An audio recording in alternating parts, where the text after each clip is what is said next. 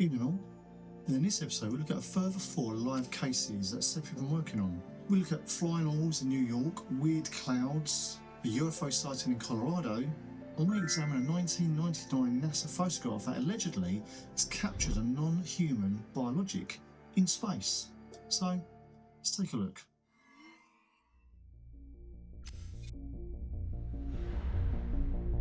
We received a direct report of a mysterious metallic orb streaking across the sky above New York, and this one's got our attention. The eyewitness was watching their large window on the 18th floor when they spotted a bright, perfectly round metallic object darting across the horizon. The altitude, well, about what you expect to see where a plane would be. But unlike a plane that would take minutes to cross that distance, this orb blazed through in just 2 seconds. Here's the original statement from the witness. I was washing my large window on the 18th floor in Syracuse, New York, when a very bright, round, metallic object at a distance, where I might see a plane once in a while, passed my entire horizon in roughly 2 seconds, which would take a plane several minutes. And that's all I can tell you. It's still significant. We've looked at it in FIA, our Power Investigations database, ensuring it's officially recorded for historical tracking and future analysis. So huge thanks to the informant who shared his first-hand account with us. As for now, we've marked this case as no further action, but that doesn't mean it's forgotten. So if you've witnessed something strange in the skies or anywhere else, don't stay silent. FIA is waiting to record it.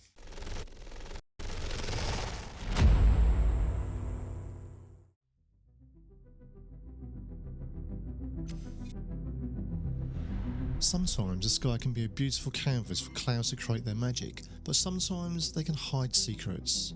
Some researchers believe alien craft may be using advanced cloaking technology, blending into the clouds, or even creating artificial ones entirely, all with the intent to hide in plain view. This remarkable sighting comes from a woman named Tamsin, who was driving towards Bath in England when she spotted a cloud unlike any other, sharply triangular and eerily out of place. She pulled over and captured the moment. She states that she was stunned by what she was witnessing. Even stranger, she claims to have continued to see similar formations over the following 2 weeks. Here is another one she took just a few weeks later. Tamsin insists that she's no UFO spotter, but she can't explain what she photographed. So let's carry out an analysis and ask, are we glimpsing evidence of alien camouflage technology, or is pareidolia playing tricks on us again?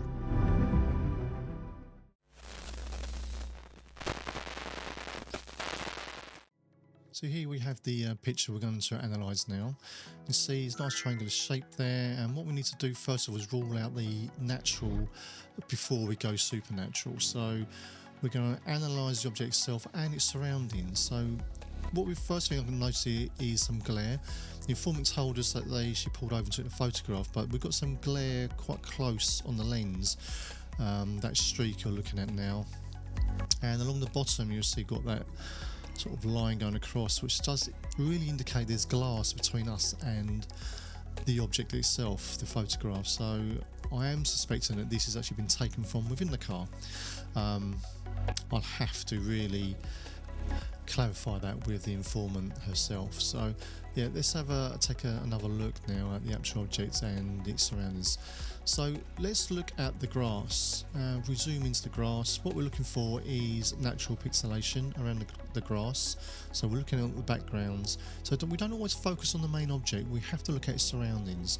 So zooming in, you can see the pixelation quite nicely there with its natural glow around each object. That's not a paranormal thing or supernatural thing, that's just how JPEGs are compressed when you take images. So it's quite normal and I've got no concerns about that. And then compare that with the object itself. Now we're just trying to make sure that this cloud has not been superimposed. So I'm looking very closely into the pixelation, which to me looks really nice and smooth. You see those edges, it blends into the background really nicely. If you look at the corners, see there's nothing there to concern. So my first impression is that this object has not been superimposed. It is there, which is the one of the first hurdles you do when you analyse photographs. Now we want to then to compare there with the background of the other clouds. Do they look the same? Now we've got a light source here. We've got to open the clouds, it's hitting our triangular object, which lights that side up. So let's just put a filter on and just sort of bring that out a bit more. So I'm just using the curves, gives it more prominence, we can see it more. You can see where that light's hitting its left side more, making objects appear harder and more solid, but it's completely in keeping with its surroundings and the way the other clouds are performing. You can see all the others look exactly the same under the same exposure. It's not indifferent, it's not under different lighting conditions, because if this was artificial the lighting wouldn't be exactly the same. But I'm quite happy that it all looks natural to me. In this case I'm going to rule this as a natural phenomenon and nothing to do with extraterrestrial visitors. And here is the second image. We're going to do the same thing, so we can obviously tell this is inside the car, clearly see that. And what is that? Is that a transformer, or is that one of those radar detection units that I don't think are legal in the UK? Anyway, let's ignore that. Let's have a look at the main features. So again, we have this nice triangular shaped cloud. It's a good capture, definitely good capture. So again, we're going to be ruling out the natural before we go supernatural. So let's just zoom in on these trees a bit more and just see how the pixelation is working here. It's very blurred, as you can see, but it matches the object too. We've got some artifacts here, and over here. I believe they're just on the windscreen themselves, so they're nothing really to worry about. They're not in the sky. Because of the way it's pixelated so badly here, it tells me it's closer, so it is on the windscreen. So the image itself, yes, we've got a nice sort of triangle shape again. It's not perfect. We've got this part here, it's quite rough going across here, and yeah, so again it's not perfect, and like the other one really, you know, we could be well, we are looking at another natural phenomena. So let's just put the curves on just to darken these bits here, make it a bit more prominent there. And again, it's reacting the same way as the clouds are behind it. So the colorization here, it's not any different to anything else. It blends in with its backgrounds, so you can see here even more so. So I'm quite happy again that yes, the image is there. That cloud definitely was there that day. That's not in question. But again, this is another piece of nature's work. So yeah, nothing really extraterrestrial in nature.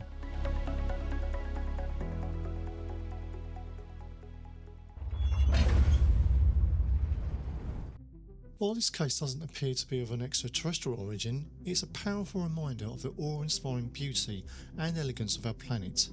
Mother Earth continues to surprise us in ways that blur the lines between the natural and the supernatural.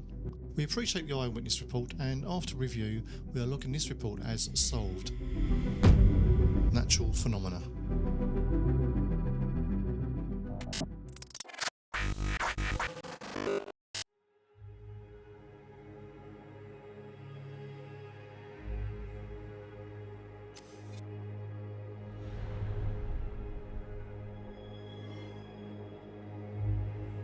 Our next case comes from Castle Rock in Colorado. Kay Rose Golden reports that on the 4th of December 2023, she was putting out the trash when she noticed a very bright light in the sky. She instantly felt a chill go up her spine and instinctively rushed indoors to grab her iPhone and took this footage. Colorado. What are we looking at here, folks? Another one of those unknowns out there over New Jersey?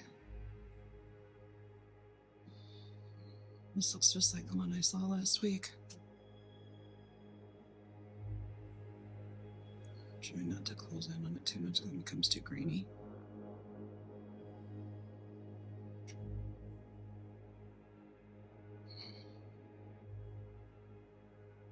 Not a star, not a planet. And it's just sitting there.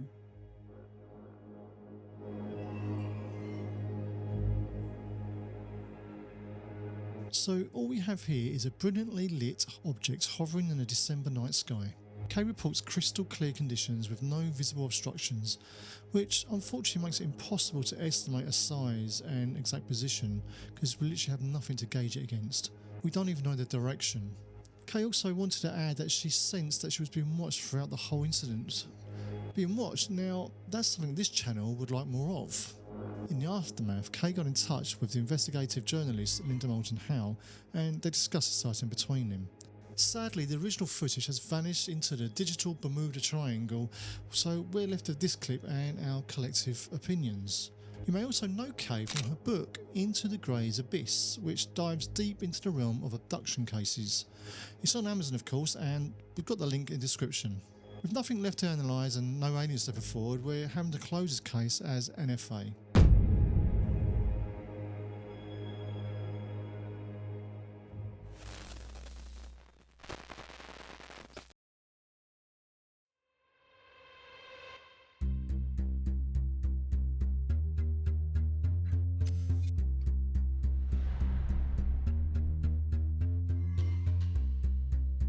This NASA photo, STS-103-73459, catchy, was taken during the STS-103 mission, which launched aboard the Space Shuttle Discovery on December 19, 1999. This mission was the third service flight to the Hubble Space Telescope, officially known as the Hubble Servicing Mission 3A.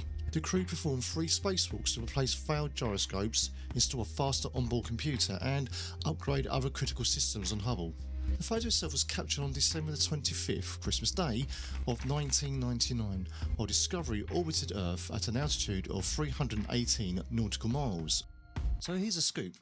Some eagle-eyed bug hunters claim that this NASA snap shows a biologic clinging to Discovery's payload, like it's trying to hitch a ride back to Zeta Reticuli. With its angular head and deep eye sockets, it's giving serious War of the World vibes, the Tom Cruise reboot kind, not the polite British version. Is it an ET on a spacewalk? An interstellar creeper clinging to the shuttle like it's late for some shift at Area 51? Or maybe, just maybe, it's something a little more terrestrial.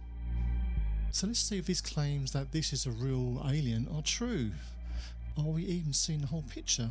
Well, you guessed it, it's analysis time.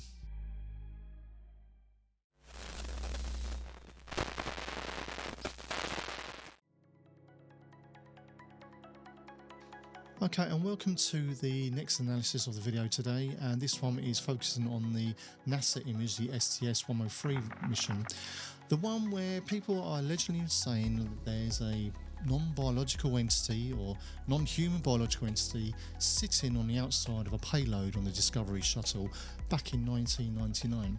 So this is the image. Let's have a quick look at it. First of all, the first thing to do is to scan around and see what other things you see rather than just the main focus. Here's the main focus of this chap allegedly sitting on the outside of the payload. But let's have a look around. We have like an anomaly there, a light source, which doesn't appear to be reflective in the glass, so it could be external. I mean, is that a UFO? Who knows? We have these dots here, which could be external as well. Could be space junk, satellites, anything really, stars. We also have reflections shown in the glass. Remember, we're looking outside of glass here, so we're going to get these reflections here. And we've got the multiple colours because there's multiple layers to the window. And the window in the Discovery was made of 3 layers, which I'll put the details here for you. And they're all required, so you know, one's heat resistant, one keeps the atmosphere within the cabin, and the other one's protective. So we're going to get double reflections of things, and also you're going to get colours changes as well.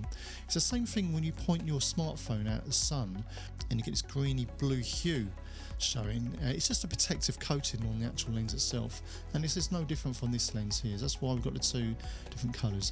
And then we've got a nice light source hitting the payload right here, so that would be the sun bouncing right off that, and you've got the beams of light coming from that, and more importantly, these 2 objects here, they're not objects, they are artifacts from this, they're reflections, and you get the 2 colours because we have the multiple panes of glass within the Discovery shuttle itself, so they're normal. So we've got the blue in, we've got the sort of very strong yellow there, but also the kind of blue, and you've got the green there because it's a bit weaker. We also then have reflections or flare shown here, again blue. If you scroll down and I change the exposure a little bit, it kind of highlights it a bit more. You see this all exposed, and that comes out a lot clearer as well. Let's just take that back down to its original, and let's have a look at the alleged alien itself. Okay, the first thing to note is that it's not solid. Look at it. It's bleeding through onto the solar panel, and it does actually go through this, I don't know what this is, this attachment on the outside. It's bleeding into that as well. Okay, this is just also a reflection. It's not his knee or anything like that. And then you may think, well, it's sitting behind the bar. Well, is it? Let's have a quick look and a closer look. If you look very closely, it doesn't bleed it's not behind the bar, it actually bleeds in front of the bar. This is more blue than this. This is more white, this is more blue. That's more blue, that's more white. So it is actually bleeding through to the front of the pole. And look at this blue part again. Just kind of slightly change the colourings on this and make the adjustments here. You can see that the blue is there, so it's white, white, white, blue, blue, blue, blue, blue, blue, blue, bluey. Not the cartoon character Bluey. Well, you kind of had that coming. But you can clearly see that it bleeds through, and we do have more white pole, and it's more of a blue pole. So this reflection is in the foreground, it's not in the background. And I can say that with some confidence. Let's have a look at this pole. The pole goes down. Obviously there's a real technical word for this pole, but it goes down, connects to this rig in here, and then connects to the solar panel. So I would say that this pole is in line with the solar panel. It's not further forward, it's not in the background, so it's not the foreground, it's not the background. It's in line with the solar panel. However, our Mr. Alien bleeds over the solar panel, and if I take exposure up, wow, look, you can see that's really clear. That's bleeding through and onto the solar panel, which means, ladies and gentlemen, that this is not sitting behind the solar panel, or in fact not even sitting in front of the pole. It's a reflection. This is in our foreground, it's not in our background. And then the alien hunters make a lot of sing and dance about this, but seem to forget his brother behind him, which is, yes, you guessed it, another reflection. It's doing the same thing. That's bleeding through onto the solar panel. Now, it doesn't look so much so on the pole because, as you can see, the sun source is very strong, a lot stronger there, so it's more faded. But they are both bleeding through. They are both reflections of each other in the pane of glass within the Discovery, which, as I said, is made of 3 layers. So, and here is a telltale of the glare. These are all glare. So as much as I'd want to say that NASA is lying to you, it's caught biological entities sitting outside Discovery, first of all, why on earth would an alien that could breathe, well, doesn't need to breathe atmosphere, sit on the outside of a payload? That's the first question to be asking yourselves. 2, why is it faded and appears to be bleeding onto the solar panel? Well, it's not, is it? You know, it's just, and 3, why would NASA allow the photograph if it really thought that? And I kept looking at this alien thinking, where do I know this guy? Where have I seen this image before? And then it came to me.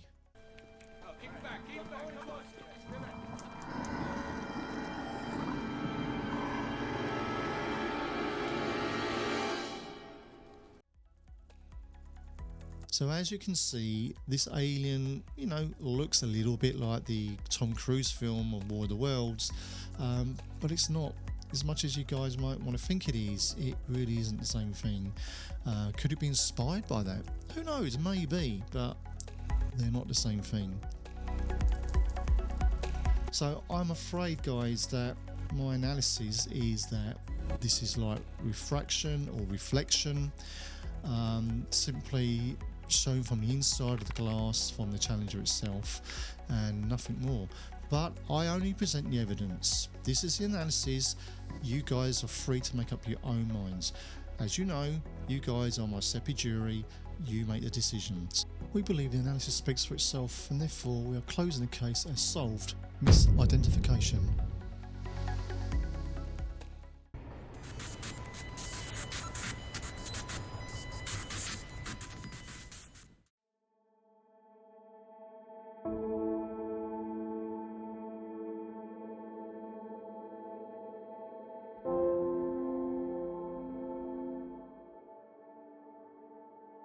So, as we've seen, when it comes to the paranormal, seeing isn't always believing.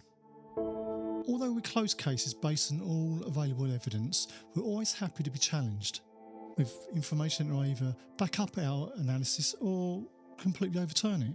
Because that's the beauty about being truth seekers. We're not out there to be right, we're just there to be honest.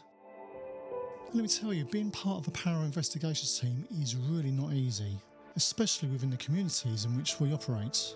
Some will applaud us, whilst others will just hate us. But you know what, that's fine. We'll keep showing up, uncovering the stories, presenting the evidence, and keep chipping away at the truth, no matter how uncomfortable that truth may be. As I always say to people that have joined this agency previously, you have to really suspend your belief system. If you are unable to change your belief system, you're going to really struggle. So whether you've captured a compelling sighting or plagued by demonic entities, please come to us directly and let us know. Report it at www.sepi-agency.com and we'll look at on our online system called FEAR. And please don't forget to like and subscribe to the channel because it will really help us out. And as they say, the truth is out there. And we're just getting started. Please help support us by giving us a thumbs up and subscribing to this channel. Thank you for joining us for this episode and be sure to look out for the next one. And until next time, be good.